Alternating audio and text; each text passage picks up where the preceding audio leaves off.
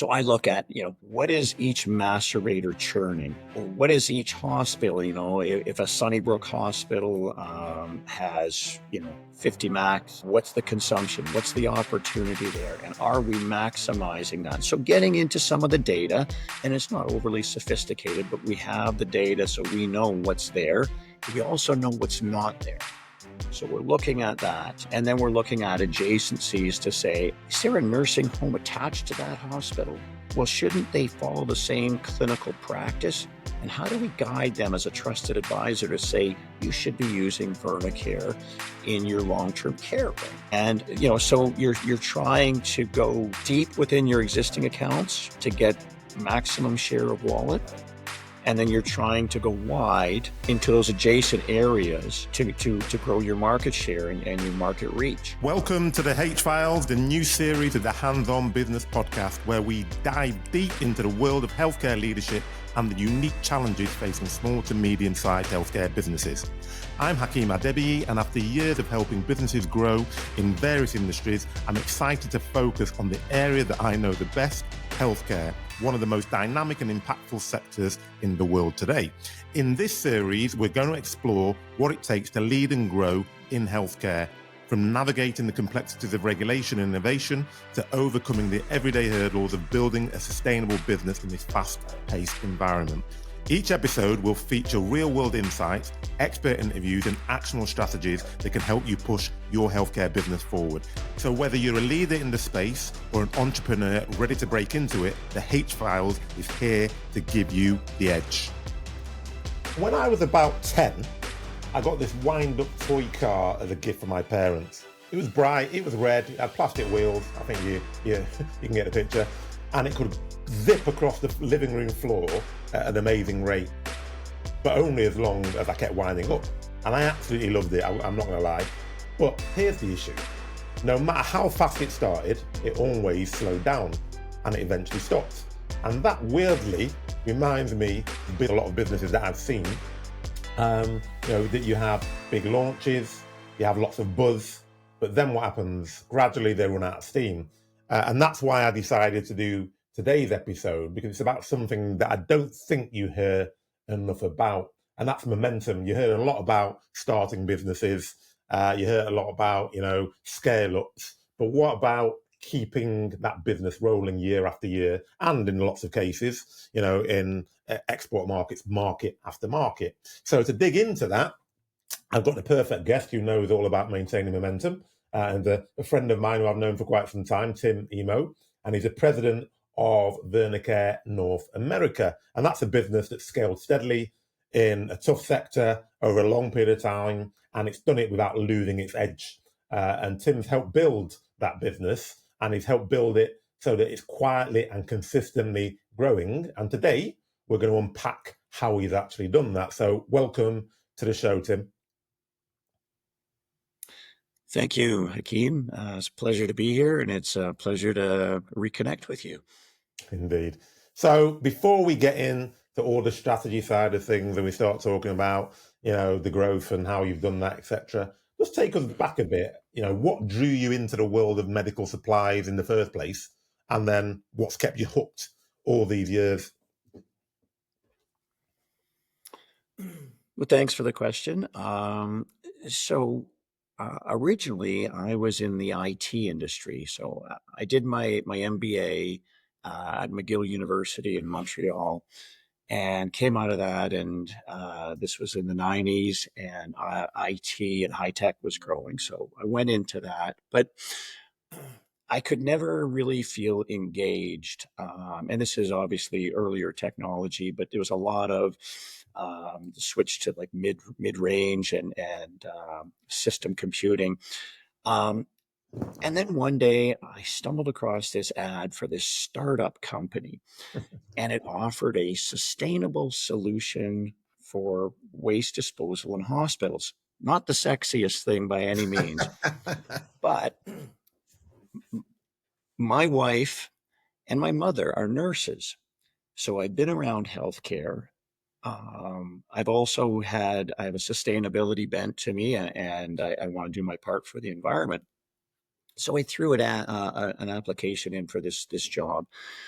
And I went in for an interview, and it was a startup. There were 4 people, and I got to see what I liked about it, Hakeem, was you got to see everything. During the interview, this is how small the company was. During the interview, the general manager that hired me, the buzzer went, and that was the alarm or the buzzer for the receiving door. And his receiver was away that day. And he said, Tim, hold on a second. I've got to unload this truck. So here's the GM who's interviewing me. I'm in a suit and tie. He's in a golf shirt. He gets on the forklift.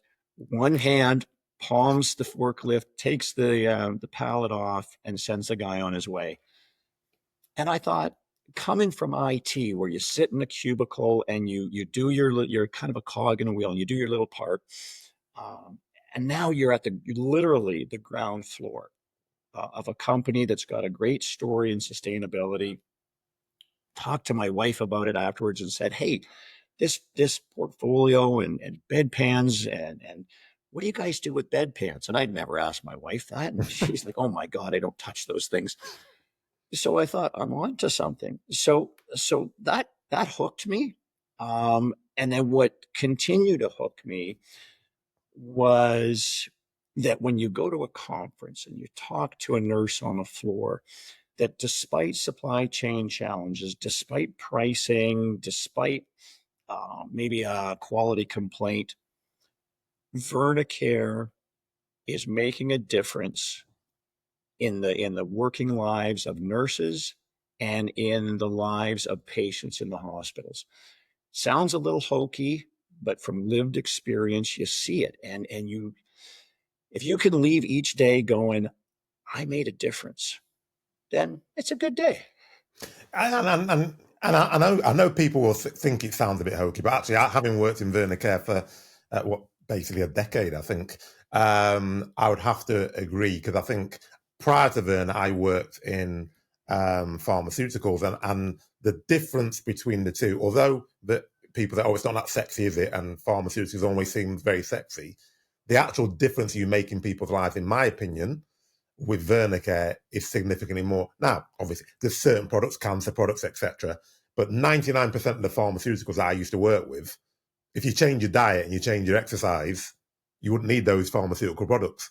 Whereas Verna actually has a product that actually does change the patient's lives, it changes the actual clinician's lives. So I think it does make a significant difference. And it's when you start seeing that, you're right, it is quite addictive to actually be able to make that change on a regular basis, which is why most people would go into any sort of like healthcare environment, as opposed to, I think, as you just articulated it, like someone like IT, which is great, but it's not the same as actually changing the way people feel because their health is getting better, or their life is getting better in the way they're doing stuff. So I think, yeah, it does make that difference. And obviously, you've now been at Verna for quite a long time.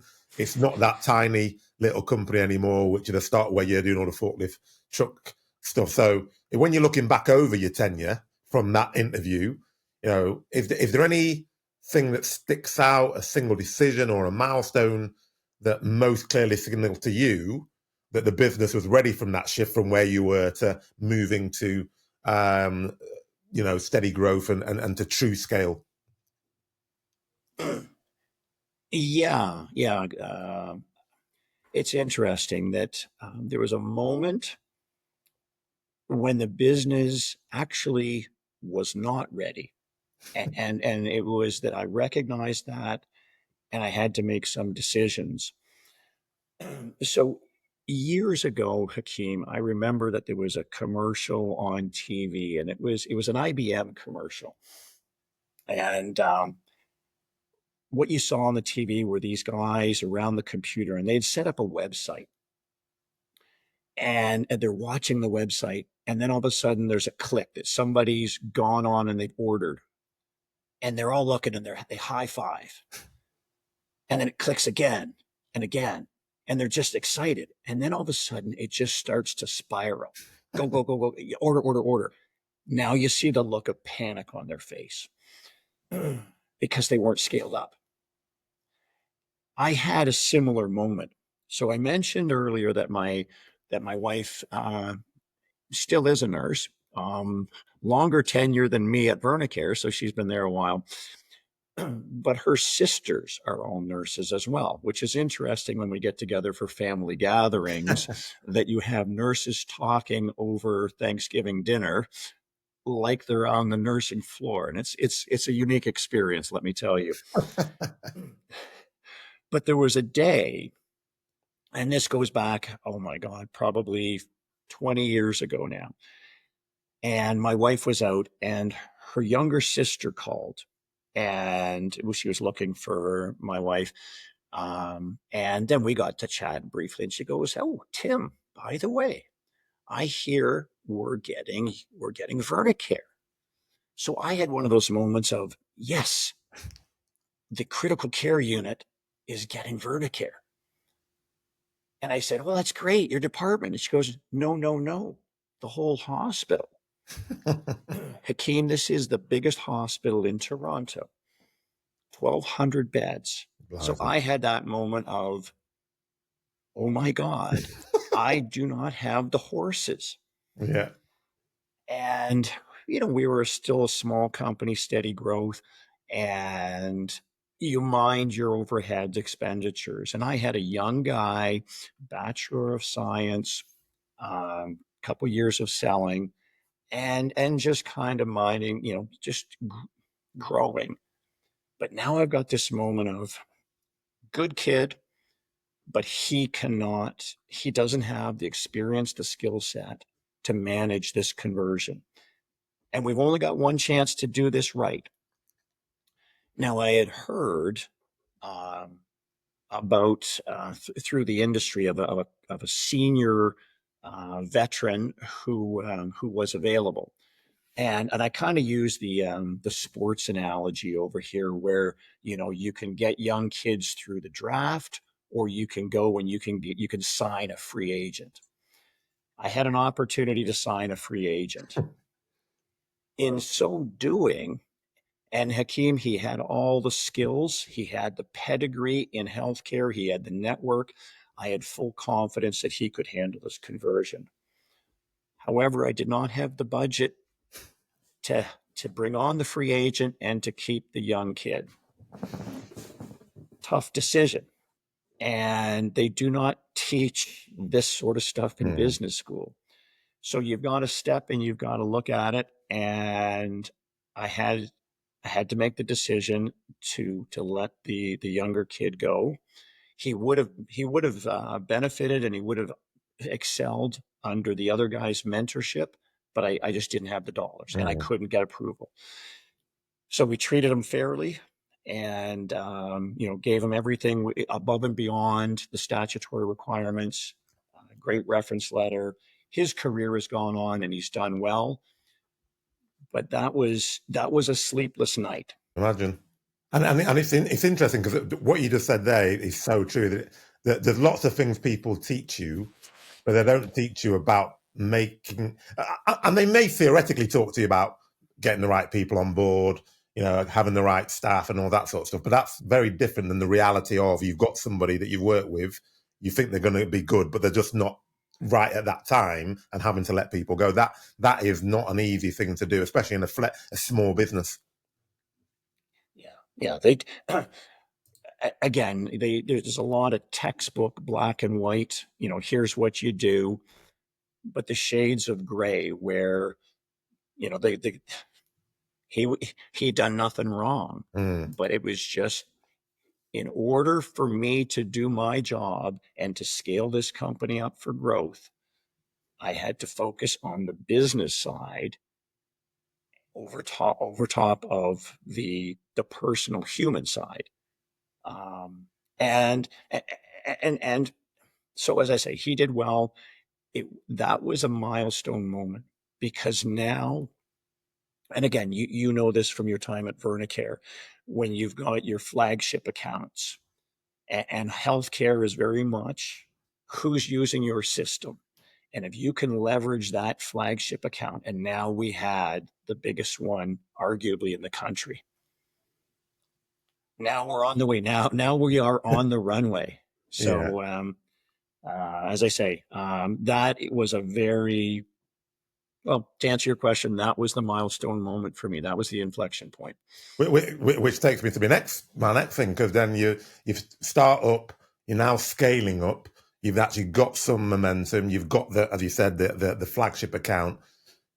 Scaling often introduces some cracks though, doesn't it? So I was just thinking as you were talking, how do you've got the people issue, but then you've got the quality issue, you've got the delivery time, you've got customer service, what systems or philosophies did you think helped you during that period of time in terms of, you've let someone go, but as you get bigger, you need more people. So you have to recruit more people. You have to make sure the quality is right, which is a lot easier when there's a small customer than there's a massive customer delivery and all those things. How do you keep, or how do you scale all those things so that it doesn't affect what you've been doing when you're smaller? Certainly when you're smaller, as a business unit head, you've got your finger in the pie, and we could talk about further in terms of as you grow and you get the art of delegation and how you delegate and empower. But certainly as you're moving into that growth phase, um, I found myself involved in everything: sales, marketing, supply chain. As you know, we're on the other side of the Atlantic, and so we got to manage that. So I would I would do my I try to keep as organized as I can, and with the lean team, we would set up sort of subject specific calls, um, not overly prescriptive, but touch points for me to find out, okay, how can I help? What do I need to do as the business unit head? Okay, supply chain. How's it going in terms of containers loading from England and getting across to Canada? How are we forecasting? Sales team. Do you understand the importance of forecasting? And so we're increasing. So we're going from one container a month to two to three. Right now we're probably up to like half a dozen a week. Mm. And so rapidly scaling. And I've, again, something they really didn't teach a lot in business school is supply chain. And I spend so much time on that. We have a really good supply chain, and with the support of our colleagues in the UK, as well as the good work we do here, the proactive work. But if you get that wrong, especially in healthcare, you take a hit. So, um, so we would look at that. I would get time with the sales guys, and understand what's the forward demand, what are they working on, what are the pain points, what are the objections, and how do we knock those down. So a lot of time, my time was, kind of coach, supporter. How can I help? What are we doing? How can you feed off of each other? So, one sales guy becomes two, becomes three, and you grow those territories such, large territories over here, as you can appreciate. Um, and then you start to identify, okay, where's the next area of growth? How do I bring in someone in customer care? How do I bring in someone in technical service? Et cetera, et cetera. Yeah, no, Yeah. and I think that it's important, isn't it? It's important to have that overall picture of what's going on, and then actually, I think, and I've seen you work, so I've seen firsthand the fact that even though you are the president, so you're no longer the new kid on the block, you still have your hand in all those pies, and you manage, and you know what's going on, even though you've got the helicopter view. And I think that to me is one of the things I've seen most successful about what you do, because I think you tend to get two kinds, well, three kinds. You're the third kind, but you have the kind of person that's sort of like, he's got the hand in everything and messing everything up, or you have someone who says, no, I just do helicopter vision and everything's going wrong below them. And then you have the kind like you that's almost like mixing and matching. And yeah, you do the helicopter vision, you understand the strategy, but you have to have an element of understanding of what your team's doing, how they're managing, what the challenges are, so that you can unblock those challenges and make everything go smoothly. And that's certainly something I've seen firsthand you doing.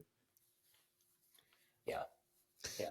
And then in terms of leadership, because we've already talked about a couple of those leadership challenges in terms of the recruitment, the supply chain, because lots of people do MBAs and then they come out and think, right, I can run a business, and then the reality smacks them and think, oh, didn't teach me that, didn't teach me that, didn't teach me that. So how from a leadership point of view and a leadership team, when you're sitting down and you're looking at growth, because you've had sustainable growth over a long period of time, and I know that head office is always pushing for, we need to grow like this, we need to drive growth there. How do you make sure that you create growth that's sustainable over a period of time, rather than, oh yeah, well, I'm going to work on this product which will give us growth for this time, but it might not sustain us over a long period of time? How do you manage that process to ensure it's a sustainable growth that you're focused on, and not just quick wins and then it disappears off? Very good question, and somewhat timely, because some of what we're doing today is looking at quick wins, and I understand there's importance to having quick wins. But for me, you go back to kind of Jim Collins and Good to Great, and that flywheel, and how do you keep that flywheel going? And again, you know, the the core the original Vernacare, we've made some acquisitions, but the original Vernacare, and still the bulk of our North American sales, is the macerator and maceratable consumable side. So you've got the razor and razor blades, if you will. Yeah. And I certainly have had the conversations with our various ownership groups and leadership over the years, as you have too, to explain, first off, when you're looking at the Vernacare income statement, when you look at capital sales, understand that that is very transactional. That's the conduit that gets you in, but the engine is the consumables and the molded fiber and the maceratable consumables, the wipes and whatnot. So one of the things that I really try to focus on is, in the retail world, they talk about same store sales. Mm-hmm. So I look at, what is each macerator churning? Or what is each hospital? If a Sunnybrook hospital has, 50 max, what's the consumption? What's the opportunity there? And are we maximizing that? So getting into some of the data, and it's not overly sophisticated, but we have the data, so we know what's there. We also know what's not there. So we're looking at that. And then we're looking at adjacencies to say, is there a nursing home attached to that hospital? Well, shouldn't they follow the same clinical practice? And how do we guide them as a trusted advisor to say, you should be using Vernacare in your long-term care wing? So you're trying to go deep within your existing accounts to get maximum share of wallet. And then you're trying to go wide into those adjacent areas to grow your market share and your market reach. And look, you managed our Australian business for many years, and I'm always looking at that going, the bulk of the macerators in Australia are in aged care. So how can we replicate that in North America with aging baby boomers, aging population, a lot of turmoil coming out of COVID in long-term care? Equally, make sure we're maximizing in the hospital market. So that once you get the macerators in a hospital, and once you look after them and you deliver and good quality products in a timely manner, that's really your business for as long as you want. And that's the beauty of Vernacare. It's sustainable in so many ways, Yeah. and repeatable. but you got to do it right. You got to make sure you touch, and you got to mine for additional opportunities in there because you might not have everything. So And yeah, I think that's good advice for any business. Actually, it's about understanding where the money is, where the sustainable money is, knowing where. And I've always said to people that if you're in an account, it's easy to get more business in that account than it is to get a new account. So get an account and jumping up and going, yes, we've done it, and then you've got a bit of business, and then you go on to the next account. It's madness, in my opinion. It's about driving it deep because you've already got the relationship with those people. They've already liked your product, and then going across. And then, as you said, it's similar to what Amazon do, isn't it? It's about the basket of goods. Once you buy something on Amazon, they're showing you everything. Oh yeah, well, what about this? This goes with that and that. Because they realise if you're on there and you're buying, they've got your trust and you've got your card out. What else can I sell to this customer rather than, all right, get him off as soon as possible and let me get a new customer on? It doesn't make sense. So I think that's really good sound advice for anybody who's running a business, especially if they're trying to get a sustainable business, especially in healthcare, because you can get patients and customers for life in healthcare. Because a Vernacare system, it's unlikely you're gonna put it in and then take it out. You're gonna put it in and you're gonna keep it there forever, pretty much, and you're just gonna start changing or adding the products and the product lines. So the challenge I see often is that when you're at the startup stage, you're very entrepreneurial, as you said. You're into everything. You're driving a forklift. You're answering the phone, and you have a very much anything is possible attitude. And then you get into scale up, and then you get into consistency, and people, I find, start losing that entrepreneurial spirit, and then it's much more about, oh well, I don't want to do that because I might lose that. So how do you, or how have you, tried to keep and have kept that entrepreneurial mindset alive as headcount starts to rise and processes become much more formal? Is there any principles that you would say, well, actually, I've never compromised on that? It was the same when I started from that interview, and it's still exactly the same now, that is key for my success? yeah, that's a really good question. I think there's been times when I probably pushed the envelope on compromising on the principle, Mm, but I'm mindful of it. So it's it's like when you go on a diet.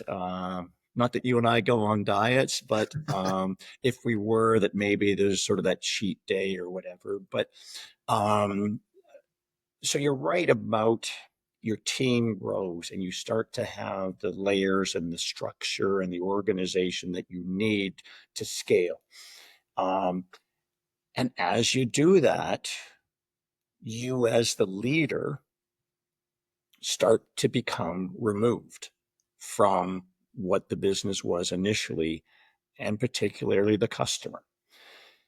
So that is the non-negotiable where, and it's in a Hakeem, it's an internal non-negotiable because as mm, I, I can tell the sales guys I want to go out with you, and they're gonna comply. But I've got to tell myself, I've got to make the appointments in myself to say, I need to be out in the field, listening to the customer, supporting again, going back to sort of, breaking down barriers if needed, but you're with your regional sales manager, and you're listening to him. But most importantly, you're listening to the customer to go, are we still delivering value? Are there pain points?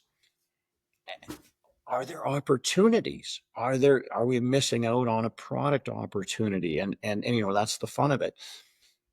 And you have those aha moments where you're like, oh my gosh, never thought of that. And now as I say, I do wrestle with it. And listening to the customer, getting out, in today's world with Teams and Zoom, hospital access is getting harder and harder. So sometimes I may have to satisfy that need through a Teams call where you have the clinicians. You make the best of it, but your head's not wandering around looking at the utility room to see what's in Yeah. there and whatnot. Um, so I would say that's the key area to keep the entrepreneurial mindset going is get in front of the customer. Yeah, no, I think that's a really important actual non-negotiable, because I think once you get removed from that customer and it's just like, well, this is what I know and this is what the data says, without actually speaking to the customer, because the customer, as you said, the amount of aha moments you have, which you wouldn't even think about until you speak to the customer. But then, how do you balance that up with not? I was going to say being over customer centric, because as in not going down the rabbit hole of that customer said this, so I need to do it because they're brilliant and I've got to go and do it, and then you go off to develop it, and then no one else wants it apart from that customer. Very good point. I think in my experience, it it comes with experience. It Mm. comes with tenure, and you go, oh, I've heard that before, and you sort of chuckle, and you could reflect on your time where you know when a nurse is speaking about a practical point and she's kind of annoyed, then that's usually where you want to listen. When she calms down and decides to be an amateur designer and says, oh, have you thought about putting a window in your urinal? Or have you thought of this? That's when you go, yeah, if I had a nickel for every time I heard that. Um, so I think it just comes with wisdom and listening to go, okay, yeah.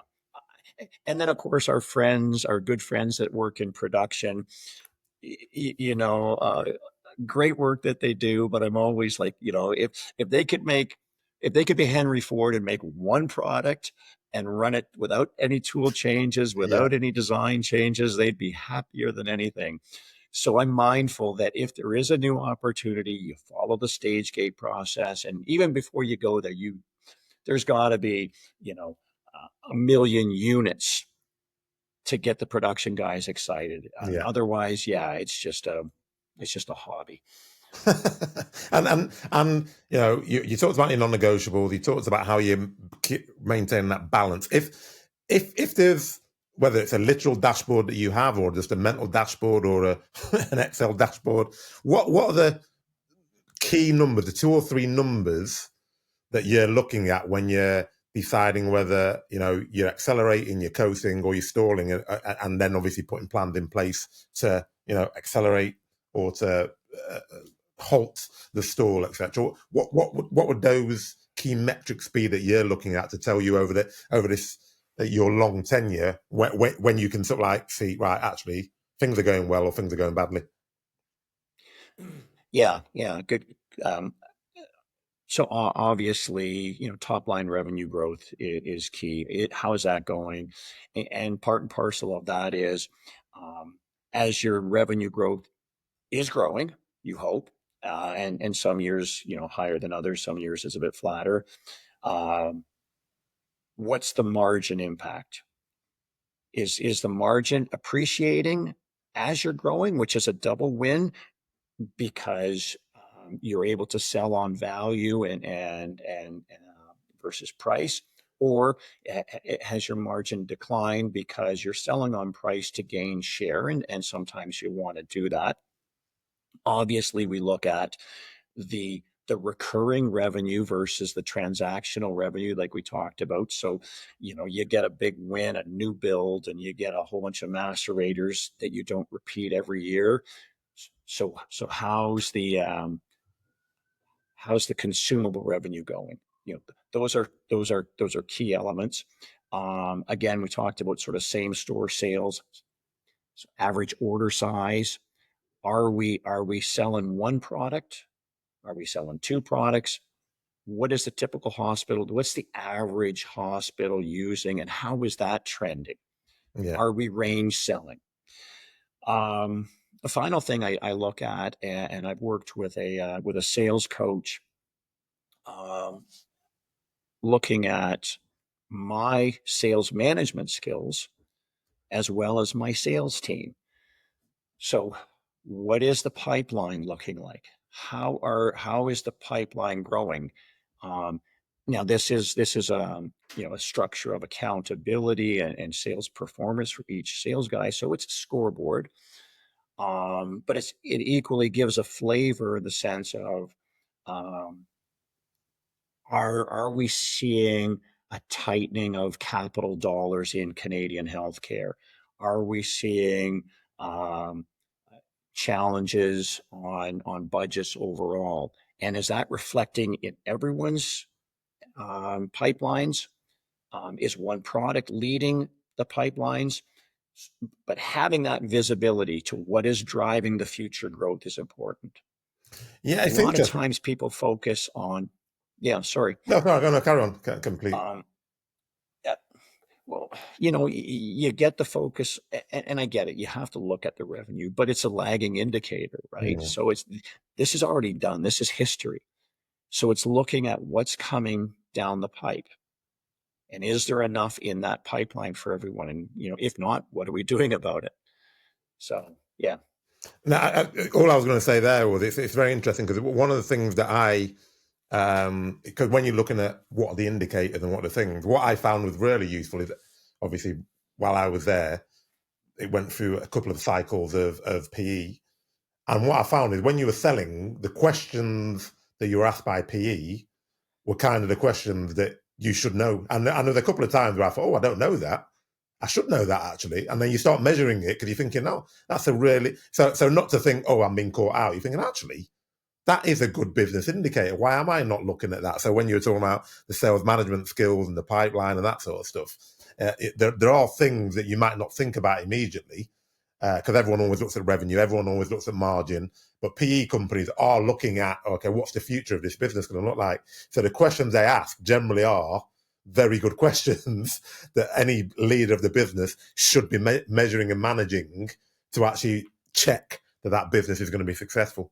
And that leads me on to a slightly related question because everybody's always looking at growth this year, then the next year you want to grow again, then grow again, then grow again.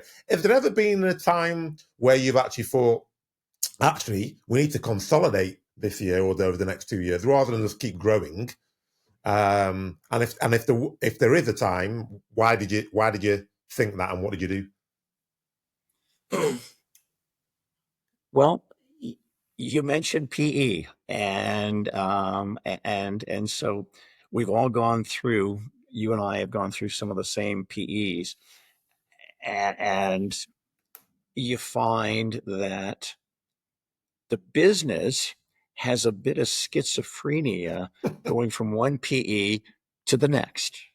So you may recall that under one PE ownership, um, there was a love of the US market. Yeah. And it was almost, Tim, here's a blank check, just go nuts. And it was almost an embarrassment of riches to go, it's not that simple. And I don't need that team because I know that there's the market forces. And then fast forward, the new ownership comes in, and we haven't delivered the results because of the nature of the U.S. market, and private rooms and private healthcare. And Vernacare's always been a little bit of a round peg in a square Mm. hole in that market. And the next PE guys come in and go, get out. It's not happening. Pull. And and I remember having conversations to say, um, the numbers don't lie. I see that. But if you completely exit the U.S. market, the Vernacare name, um, that will be remembered, and that could ripple into other markets, Canadian market, Mexican market, Latin American market, you name it. So it was a matter of almost negotiating with the ownership and the board at the time that said, let's look at this as a moment to retrench. Mm. And so, if you may recall, we downsized our our direct U.S. team. We outsourced. We still had a pretty decent customer base of recurring revenue that are still ordering the consumables and ordering replacement macerators and the Veterans Affairs market and whatnot. So we managed to keep that and manage it from afar, um, to live to fight another day, which I recognize. And again, your point about PE being wise, PE had to point that out to say, Mm. Tim, you're burning cash, and they were right.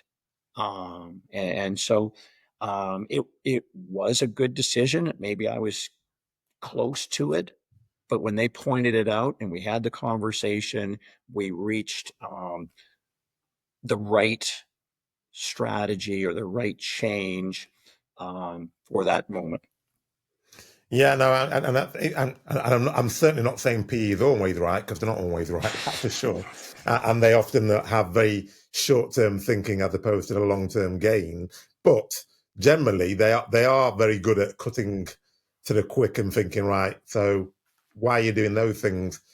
Which actually, as I said, it's not always right, but it does force you to actually challenge yourself and really understand your market, and then be able to challenge back and say, well, actually, the reason why we're doing this is because, yeah, you might not see something in the next 2 years, but actually this is going to set us up over the long term, which is exactly what this conversation is about. And I can't believe where the time's gone, actually. So my last question, if you were advising somebody who is, I don't know, in a startup or an up and coming business leader, and they're looking at, well, how do I get to a position where I can sustain momentum after the initial growth buzz?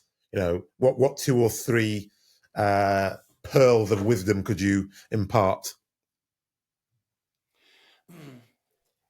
You want to invest in your team, and it's not going to happen overnight. So you're not going to get the best starting lineup.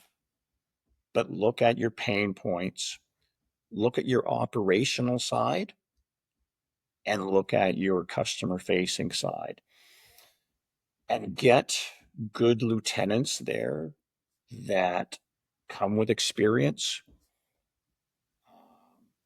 can be trusted, can give you, they're not going to be yes men. They're going to stand up and they're going to defend. So you're going to hire someone that runs your back office well and defends that, and pushes you to be better. Equally, the customer side, and then once you get those areas, then you start to round out. But certainly, in my experience, knowing that I had somebody that could mind the store proverbially and keep the lights on and make sure that the rent was being paid and product was being ordered and we're paying our suppliers, because if you don't, that's a distraction. So that's a key area. And then obviously you need to grow, and you want to, as I say, I got the veteran, and that put us on the way. And then once I got the one veteran, I could start to say, okay, what's the next piece?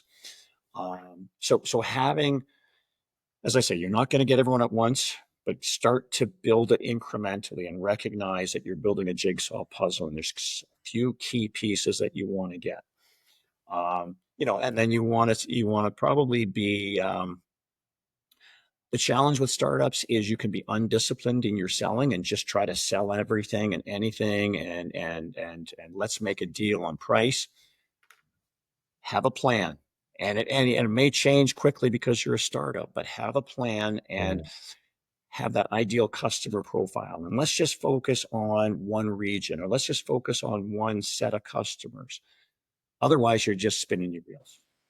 I think that's really sage advice, as I would expect it to be, because the two things that come out of there, because there's quite a few things you mentioned, but discipline and then building a team. because everything you've said there, even from the first conversation we had when you talked about the young guy and then the veteran, it's about getting the right people. And that, I mean, you mentioned Jim Collins, and as Jim Collins would have said, it's getting the right people on the bus. Bingo. Wherever you find them, get them on the bus. Even if you haven't got the perfect fit for them at the time, they will come good because they're the right people. And I think you're right. That's certainly something I've always thought about, is if you can get the right people, and then obviously ideally you get them in the right seats, you generally have a much better chance of being successful whatever you decide to do moving forward. So yeah, no, I think that's a perfect place to end.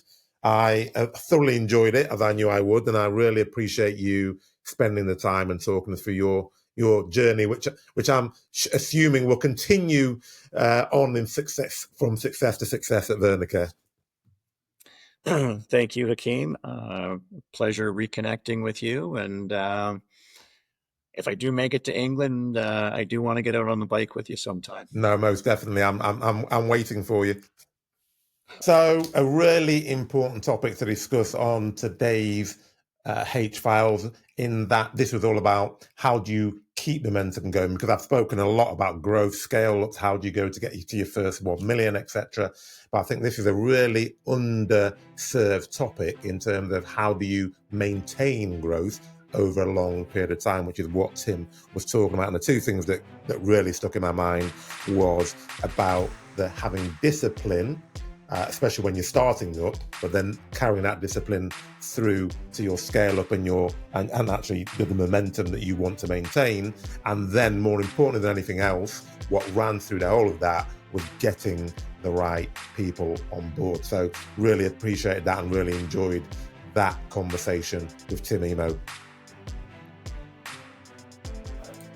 And don't forget to pick up the show notes over at thesalesaccelerationformula.com/podcast-show-notes. You'll also find an option to subscribe to our mailing list so that you can get notes for every single episode straight to your inbox. While you're at it, don't forget to tune in to next week's episode of my new 5 in 5 series, where I share 5 actionable takeaways in just 5 minutes from this episode, which will help you supercharge your business growth. Don't forget to subscribe, like, and share this podcast with your friends, colleagues, and anyone else who might find it valuable. Most importantly, keep the feedback coming so we can keep improving and bringing you more of what you love. Thank you very much for tuning in. And remember, keep listening, keep growing, and keep thriving.